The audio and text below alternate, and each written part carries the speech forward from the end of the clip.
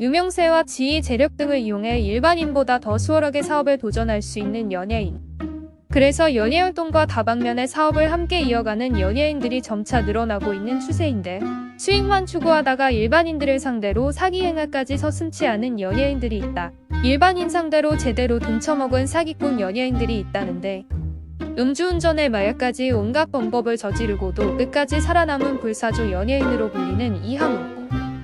지난 2008년 이현우는 뜬금없이 상장사 방송국인 GBS를 105억에 인수하겠다고 발표했는데, 당시 실적이 좋지 않았던 GBS는 유명 연예인의 투자 소식이 알려지며 수많은 개미 투자자들이 몰렸고, GBS의 주가는 1,100원에서 2,400원까지 폭등했다. 하지만 이현우는 기한까지 중도금을 납입하지 않아 계약이 자동으로 해지되며 인수가 철회되었는데, 이현우의 인수 철회 소식에 GBS의 주가는 하루 만에 15% 이상 곤두박질 쳐버렸다. 인수 결정부터 계약 해지까지 단 2주 만에 벌어진 일인데, 이 과정에서 이현우만 믿고 GBS에 투자한 개미 투자자들만 돈을 잃게 되었다. 석연치 않은 부분이 많았던 이현우의 GBS 인수. 일부 전문가들은 작전 세력이 개입돼 치고 빠진 것이 아니냐는 의문을 제기하기도 했는데, 돈을 잃은 사람이 있다면 번 사람도 분명 있을 텐데 과연 번 사람은 누구일까? 평소 절친한 사이인이 공공연히 알려져 있는 쿨 출신 유리와 백지영은 지난 2009년 여성 의류 쇼핑몰 IM유리를 오픈했다.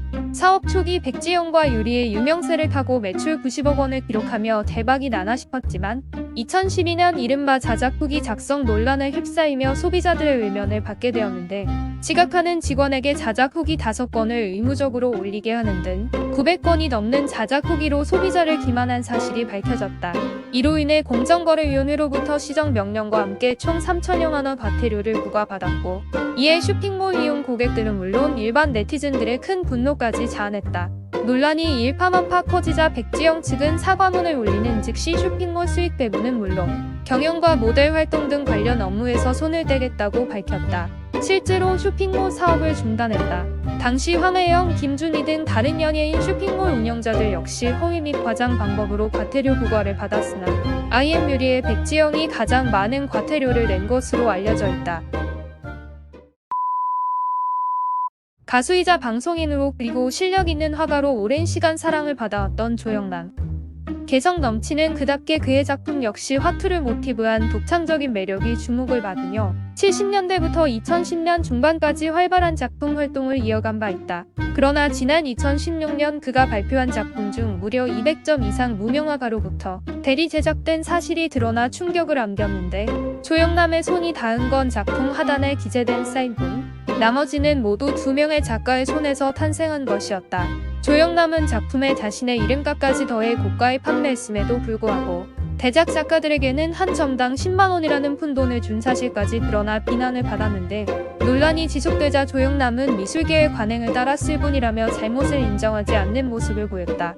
대작 혐의로 재판에 넘겨져 1심에서 징역 10개월의 집행유예 2년을 선고받았으나, 항소심에서 미술작품의 고유한 아이디어가 인정되며 무죄를 선고받게 됐다.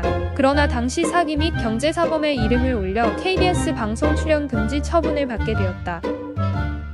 일반인들은 평생을 벌어도 만질 수 없는 거액을 쉽게 벌고, 또 투자와 사업의 기회도 손쉽게 얻을 수 있는 연예인들. 무분별한 사업과 투자, 주식 등 재산 불리기는 개인의 자유라지만 적어도 남을 등쳐먹는 사기는 치지 말아야 하지 않을까.